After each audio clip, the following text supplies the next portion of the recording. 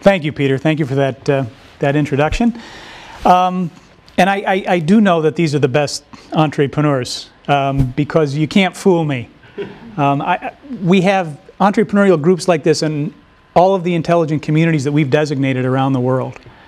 And I can always tell when I'm in a room of entrepreneurs, because if you got them all together, you could hook them up to a power plant and a smart grid and light up the city for about 15 years. The energy is just extraordinary.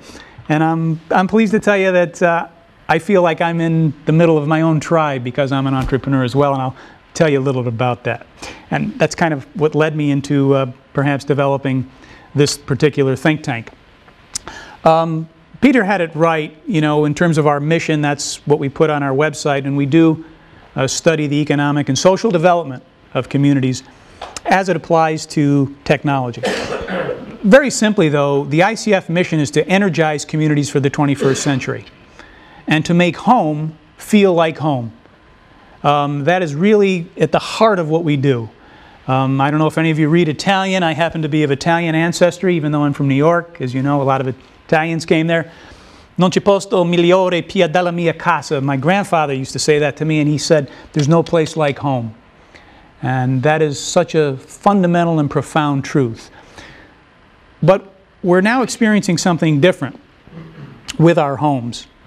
For the first time in human history, so far as I can tell, we can live anywhere we want as long as we have the access technologies.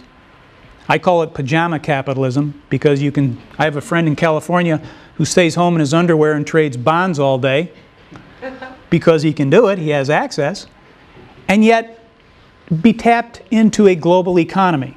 And I've asked anthropologists, I've asked people all over the world, because that's what we do, we get together smart people, and they say this is the first time those conditions have ever existed. But we've got a problem because most people are depopulating towns and villages and moving to cities and moving away from places that they love, that they're passionate about, that have been invested in them by their ancestors. And I think that's a tragedy because it happened to me as well. I was an economic refugee from a small town.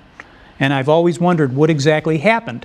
Why did this community that I grew up in, that was so wonderful and had all these great values and jobs, what happened within 2 generations to make it totally economically collapse? And like, you know, all of you out there, you have an idea or you have a question and you're willing to spend your own money and other people's money to find out what happened. And that's really the etymology, that's the basis of the Intelligent Community Forum. For me, I wanted to be able to find out what happened to my hometown and make sure it didn't happen anyplace else. So I formed a think tank, as Peter said, focusing on studying the impact of ICT on economic and social development at the community level. And what I did was just basically bring together the smartest people that I could find and ask them the question, how do you build a community for the 21st century? And you know, again, you'll find this out, or you found it out as entrepreneurs. Once you tap into a need that's universal, you don't have to worry about anything else.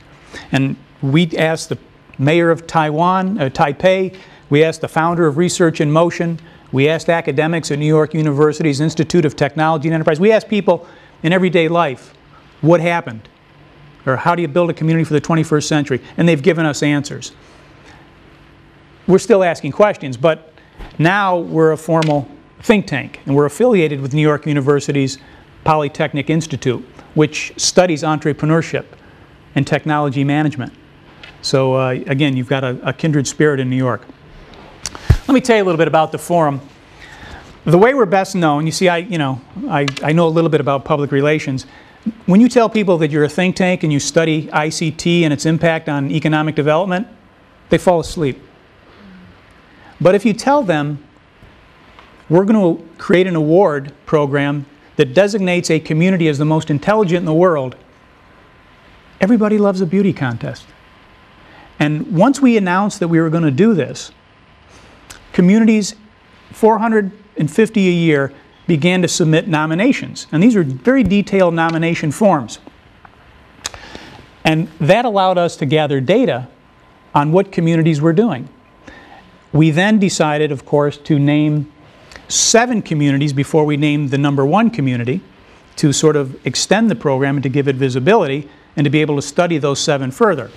In 2009, as I mentioned, Sweden was one of the top, Stockholm was one of the top 7. So I got a chance to come here for the first time and to study what had made them an intelligent community on our list of 7. The second thing we do is we invite those 7 to a global dialogue every year called Building the Broadband Economy. It's a summit that takes place in New York by invitation only. It's hosted by New York University's Polytechnic Institute. We bring the 7 there, we bring significant thinkers in the industry there, and we talk about that question that I had about my community. How do you build a better one for the 21st century? We do research and publications. We published a book last year called Broadband Economies. I'm working on another one now called The New Tribalism, which I've talked to a few of you about. We are launching institutes around the world to study certain aspects of communities, and we do workshops and special symposiums. Peter had asked me about the 5 challenges. When we first started doing this, we needed some sort of empirical basis for doing it. And so we did a study. The Canadian government actually funded our first study to look at 6 communities. And we decided from that study what the criteria would be, because these elements were showing up in every community. And they remain the 5 challenges that every city, town, and village has today in order to become intelligent. And they are the basis by which we name a community intelligent. We don't have stupid communities. We don't do that. But we say we have aspiring communities. We have 86 communities that we've named as intelligent through our program. And these are the 5 basic criteria that define an intelligent community. The first one is broadband. Broadband is like the railroad was in the 19th century. It is the infrastructure that allows you to get cargo out to the global markets. If you think about the fundamental proposition of a railroad, it was to put cargo on a train and put it out into the disparate parts of a region. Broadband does the same thing, except the cargo is information. It's ideas. It's the things that now create wealth and jobs in our economy. And probably, 85% of you here who have startup businesses have them focused in ICT, and you live or die by your access, correct? Right? I mean, is anybody here who doesn't have a broadband connection? Right. Okay, second criteria, and this is, again, where you guys come in, the knowledge workforce. Peter Drucker, the famous management consultant, said 60 years ago, by the end of the 20th century, no one will be able to find their way collectively into the middle class by working in the field of manual labor.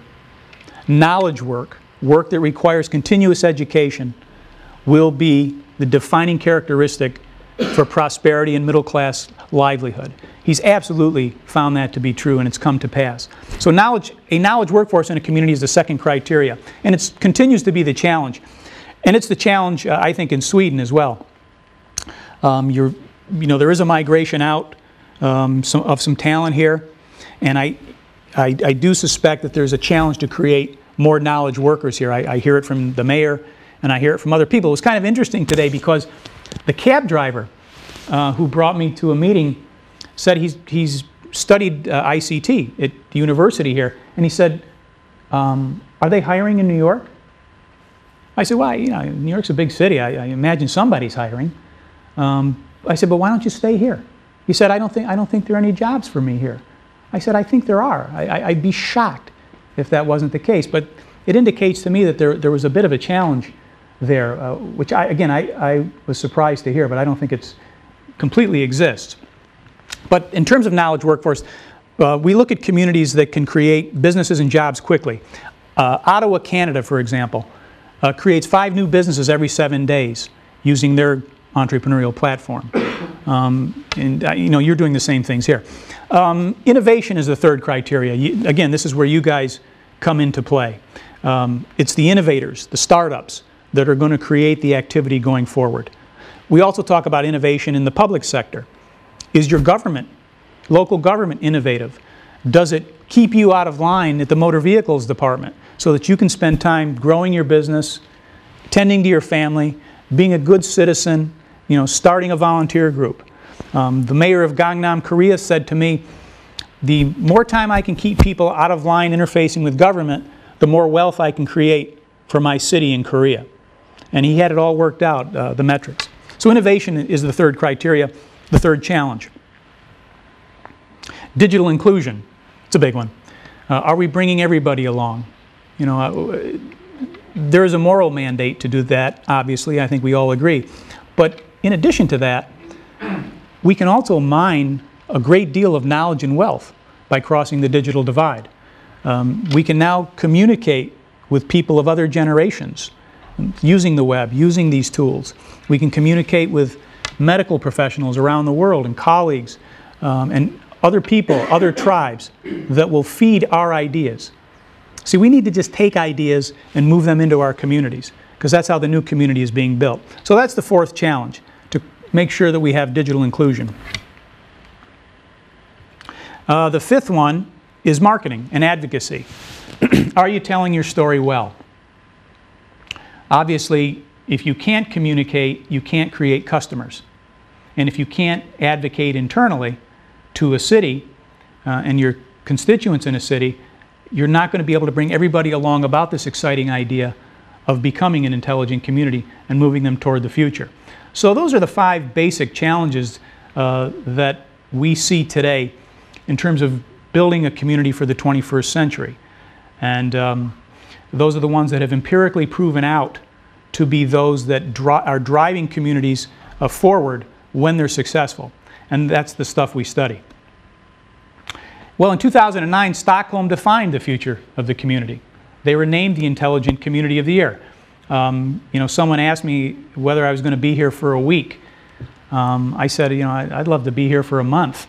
I mean, I think this is just a great place. But Stockholm showed, and this is the quantitative segment of the assessment, against the other top 7 communities, Stockholm outpaced them on broadband, was a little bit behind in the knowledge workforce category, did pretty well in digital inclusion, did well in innovation, did well in marketing, which surprised me actually, and we had a 6th criteria that year called culture of use. Culture of use is a theme we add each year. We have a new theme each year. That year it was culture of use, which means, do people use broadband? Do they use the technologies available to them to create businesses, to create wealth, to live their daily lives, and do it as seamlessly as they turn on a light? You know, at the end of the day, this is not about technology. I got to tell you, because I'm an entrepreneur. I worked in the satellite industry for many years. I managed trade associations. That was my business. We had a company that managed trade associations in the technology sphere. I know technology kind of inside out for, you know, a dumb guy. This is about keeping kids home.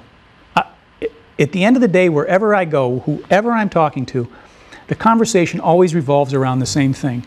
I want to make sure that the place I live is a wonderful place for my children, my grandchildren, my friends' children, and for the next generation and the generation after that. That's what this all comes down to.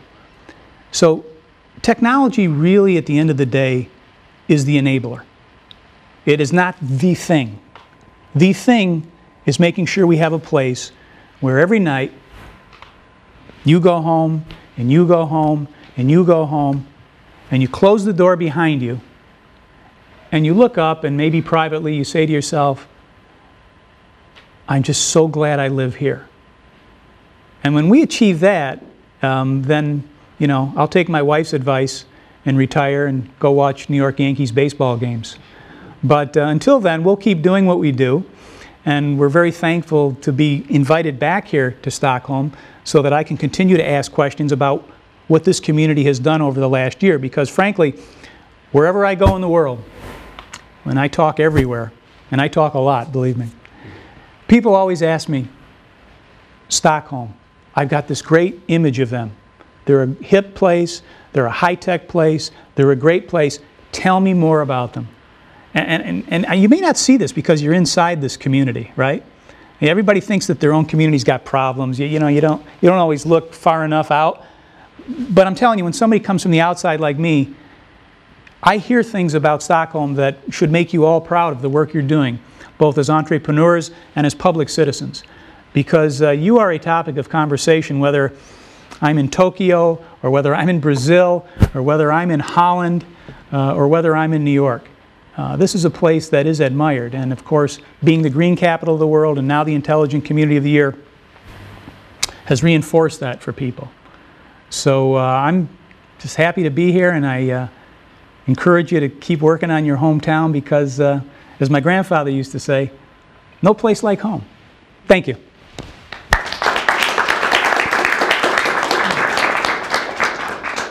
Thank you. Okay.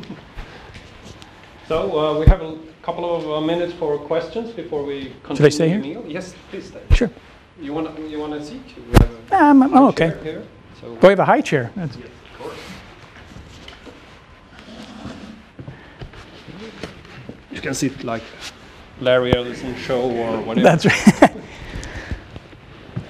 One of your slides, I think it was the last one, Yeah. you had no workforce. What do you actually mean by that? You had the green and yellow.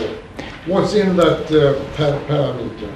The knowledge workforce? Yeah, no workforce. No, it said knowledge workforce. Okay, knowledgeable workforce. Yeah, you know, you have a workforce here, but Sure. yeah, I hope so. yeah, that's right, and a good one. No, we were talking about knowledge workforce. Again, these are, you know, people that are working with intellectual capital, because again, you know, Tom Fried. Measure that. We measure that by the number of jobs that are created in certain sectors. We ask questions. Let me tell you how we gather this information to give out this award. We have two groups. We have a quantitative and a qualitative assessment. Quantitative assessment is done 3 times by actually a company in India, and they crunched all kinds of numbers of workers in the workforce, unemployed, all that sort of economic stuff. We also have a qualitative assessment, where we take information about challenges that communities have overcome. That's more sort of storytelling-like, and we base it on reports that are written.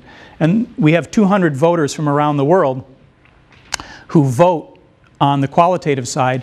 We then have the quantitative assessment done, and I don't know if any of you are familiar with the Wharton School method of analytical hierarchy. We use that for our quantitative assessment. We do the qualitative voting, and we have a 70-30 weighting. The quantitative counts for 70, qualitative for 30. That metric is bridged, and then we come out with our Intelligent Community of the Year. But to answer your question, Stephen, it's based on just a lot of data about employment. And that knowledge workforce, I got to tell you, it's you know, Thomas Friedman, who writes for the New York Times, said, remember one thing, the iPod is manufactured in China, because there's a lot of press about that, but it was dreamed up in America. And the same thing is possible in intelligent communities. You don't have to be big. You just have to have dreams. And again, I'm not talking to a crowd that doesn't have dreams, but that stuff can be monetized and it can be processed as part of your culture. And you certainly have it here. It's in the water. And you know, that's what makes it an exciting place. So I have to comment on this lack of, or somewhat lack of a knowledge workforce, and I'd like to ask the question related to that. But just to give you a background, I've worked for a startup software company for many years and been the head of recruitment. So I've seen how there has been a decline in the number of applicants we get for the master thesis project we have. So in 2001, we got 160 applicants. In 2007, which was my latest year where I did that, we had 18. Now we were very selective, but that shows you what a steep decline, at least in hard technical subjects, there has been. Yeah. And the most striking difference for me was that in 2007, out of those 18, there wasn't a single Swede. Everybody that applied were exchange students from India and China mainly. Now my question here, we're seeing that decline in interest in hard sciences in the Western world. Now, Yeah. we certainly see that in the U.S. If you look at computer science graduates, etc., it's mostly from abroad. do you see a reason why there is such a decline in interest in hard sciences? Because I think that's really vital to innovation. Why is it that the Western world sees such a decline in interest among its own students? Yeah, I'm not quite sure what to do about those statistics, because I'm not sure I see that radical a decline. I mean, we still see, you know, a proportion of students studying engineering, science, and math. But I'm not bothered by the fact that the Chinese and the Indians and, you know, people who I consider part of the global community are studying it. Again, my point is that I think that if they are energized properly, you will see students studying science and math. I mean, the United States is the example. If once the Russians put up a satellite in 1957, you had more kids signing up for science and math than you knew what to do with. We created a generation of engineers to counter a threat. Well, I don't think we need to do that again. I think we should do it to counter or seize opportunities. What I found interesting was a more recent poll by IBM. They polled 1,500 global CEOs, and they asked them what the #1 leadership competency would be in the future. And you know what they said? Creativity. Which, you know, IBM, right, great engineering corporation, they thought that nonlinear skills were more important than the linear ones. So, you know, the fact that, and I don't know why kids in Sweden aren't studying more math and science, but it could very well be that they're using information in a nonlinear way, and that you might see an explosion of some other type of product, service, or, you know, something that does not relate to what we historically think as things that produce algorithms going forward. And we can always find people to do that. So I'm not as concerned about it. Inclusive immigration policy, we certainly can, but if we at the same time have a very restrictive immigration policy, then that will become a problem, because at the end of the day, however creative you are, you need some engineers to implement those products. And if the domestic population isn't interested in getting educated, and you lock out the rest of the world who is interested, then you get a problem. What's specifically the problem? That there are too few engineering students. I mean, right. The decline I showed was, you know, interest in my own company, but I think that more generally you see a decline in interest in applications for you know, master's level degrees studies in engineering in Sweden, of about 50% down over 10 years, and that becomes a problem when you need to implement those creative ideas you have. Mm-hmm. The other 2 points on that. The other thing we're seeing is that there's something called crowdsourcing, where people are outsourcing engineering, you know, from a country to another place. Now, obviously, again, broadband enables that. The other interesting thing, though, is that China, according to my colleague at New York University, is rapidly de-accelerating linear rote studies of math and science, and are embracing anyone that can teach them innovation and creativity. And that sends out a signal that you would never think would be coming out of China. Whereas the United States, which has had its creativity scores declining since 1990, is going back to teaching rote math and science. They're trying to address the issue that we believe, you know, is occurring in the West. So there's some interesting dynamics that have taken place over the last 24 months that, again, I just ask questions. I don't have an answer to, but that's what I'm experiencing. Please. Yeah, may I have a suggestion? Yes. I'm a student, and basically what I feel is that well, my parents are trying really hard to get me to do masters, which I don't really want to do. And I think the reason behind it is really because for a lot of us, we feel that it is not valuable as in the past for you to be able to have a master's degree, or to be able to do a lot of calculations really fast and all that, because all this can be outsourced, and you cannot beat the prices or the speed and the workforce size which India and China are providing. So a lot of us instead try to take on a role whereby we, as you say, we try to encourage creativity. And this is something which, well, a lot of, if you do outsourcing to India companies in India. Sorry. Yeah, but a lot of times you see that people don't think or don't take the initiative, which is something which the Western side of the world is starting to have even more, as compared to a lot of other developing countries.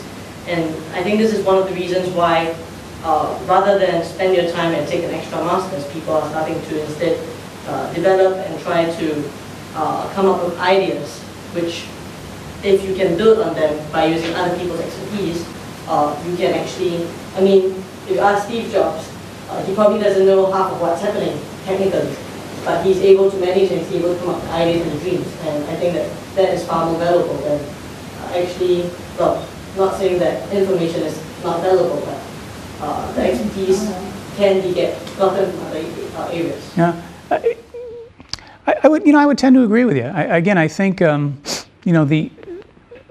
the promise of ideas is profound. I never realized that when I was sitting down with my grandmother when I was a little boy, and I'm like 7 years old, 8 years old. I had a cup of coffee in front of me. We had these, cookies, and we're eating, and she's giving me all these scenarios that, what do you think God looks like? What would you do if you could take the fig trees and fly them to the moon? She was giving me all these sort of impossible scenarios. And I only realized years later that she was enabling my creativity, my imagination. And, what happened was that as I grew up, I was very confident that I could take an idea, and that if somebody told me it was crazy, I knew it didn't have to be crazy, but I knew I could take it and do what I want with it. So, I think that's, that's a very important thing to understand. That, again, you have to have the confidence. But the other thing that my friend who's sitting in front of you said, which is important, is that you can go down the path of ideas and not be able to have a process that does create customers from them. If you don't have a process whereby you're getting venture capital regularly, you have the engineering infrastructure, you have the product manufacturing infrastructure, if you don't have the engineered processes that are required to build a business, then those ideas are going to be just what we call pipe dreams. So that's important. And then I refer to Ottawa, Canada. There's a group called the Wesley Clover Group. You should look them up. They have a process where they just incubate 60, 70 companies at a time. They get about 6 days to prove themselves. And if they can't, they're out the door. But what happens is they call it venture boot camp, entrepreneurial boot camp. 6 days, you're out. After that, you get 20% of the company. We incubate you. We keep driving you out the door. So that's why they're creating 5 new businesses every 7 days. They've got a process that puts all of the components together, and including the 5 criteria that I talked about. So you have to have that. You can't just sit in your room and, smoke pot and have great ideas. If that's the case, move to Amsterdam. They're not an intelligent community. So, there is that to consider. Before I let Rasmus in, I was thinking about the statistics. I think that at least this year, to comfort you a little, that the applicants for the engineering education, like the Royal Institute of Technology, was the highest for 5 or 6 years. So it probably, hopefully, has turned around on the pure engineering side also. Rasmus? I've lived in Stockholm almost 10 years now. So I consider myself a Stockholmer, and I'm of course very proud of that prize and award. But what future potential challenges did you see in your report for Stockholm as a city, or as a future intelligent community? 96% of the people, Erasmus, who were surveyed for the Vision 2030 program that's going on here, said that they liked living here. So I look at that and I say, there may be some problems, but boy, that's a good base to work from. 96 out of every 100 people who live here say they like it here. 76%, I was mentioning this to you earlier, 74% of them say they believe Stockholm's going to get better. Those are American types of statistics, because Americans always believe things are going to get better, right? Americans, you talk to an American, it's always great, everything's good, it's all good, but 74% of people here. I think that's a great base to work on. Where I think Stockholm, I think could falter would be, again, maybe not producing enough jobs to keep the real talented folks in this place. Where I think they need to where they have a tremendous lead that's going to return on investment pretty soon is that they've worked very hard to have a balance across all lines of their life here in the community. You've got good responsive local government from what we see, a good private sector, terrific quality of life. You obviously take the environment seriously. You're the green capital, the first in history in Europe. And you've got a highly educated population here. I think over 51% of you have gone on to get higher degrees. And your women are beautiful. So the men are too. Thank you. I don't live here. That's a compliment. So I think there's a lot to build on. But I would, Waterloo, Ontario, 115,000 people. That's where they make the BlackBerry, right? Their founder is a good friend of mine. He's a supporter of ours.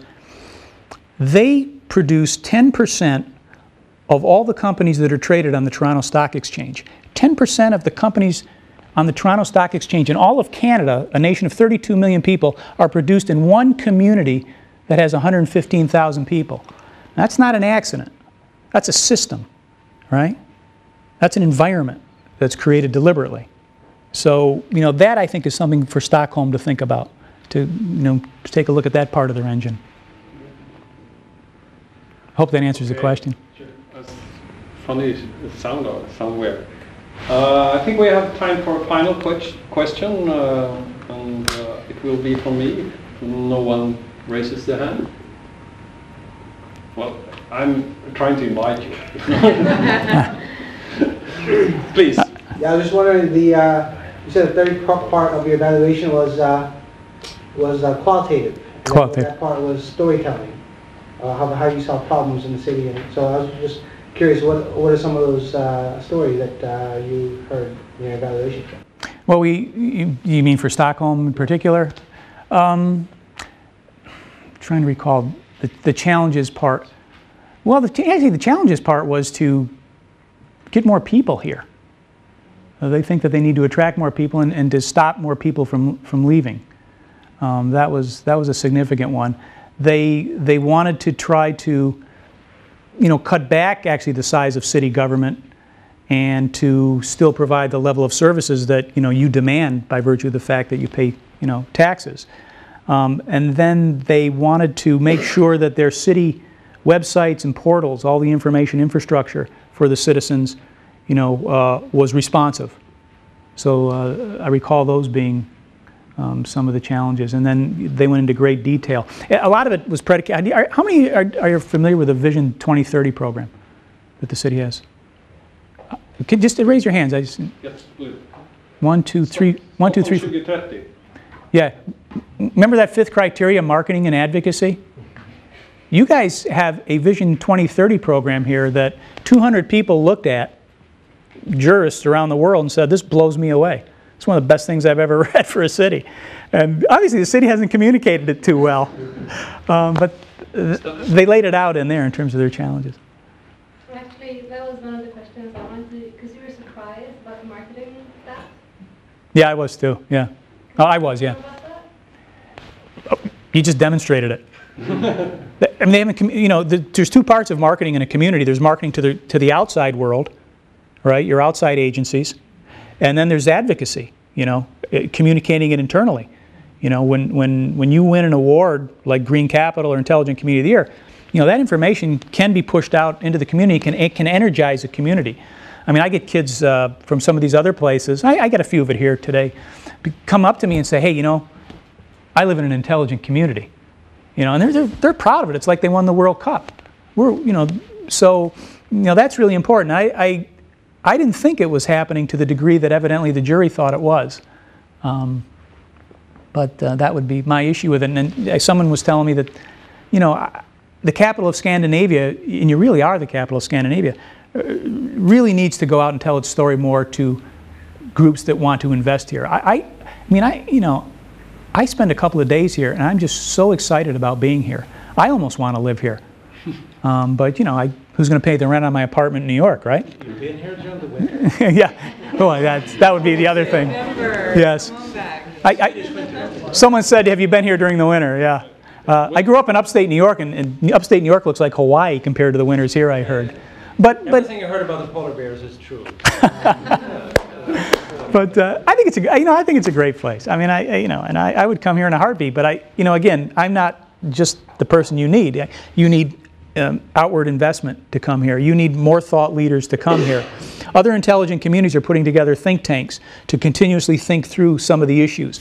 One community has put together an institute to study quantum physics. And they're exporting that information over to their universities because they believe that quantum computing is absolutely going to be the industry of the future, but it's going to be 35 years from now. But they're able to attract some of the leading physicists, Stephen Hawking and those guys, to go there. You got to kind of be thinking that way, and you got to start, telling people, hey, come here. This is a great collaborative place to be. So that would be my view on it. Great. I think we should try to end this, and I have a very specific instruction for all of you. Now you're actually locked into the Czechoslovakian, former Czechoslovakian embassy. If you want to get out, you should either call me or Martinus over there. Otherwise, you won't get out of this building. And it's true. So please contact us if you want to leave earlier than 7 o'clock. And now we continue by listening to you over the mingle a little more. And once again, thank you very much.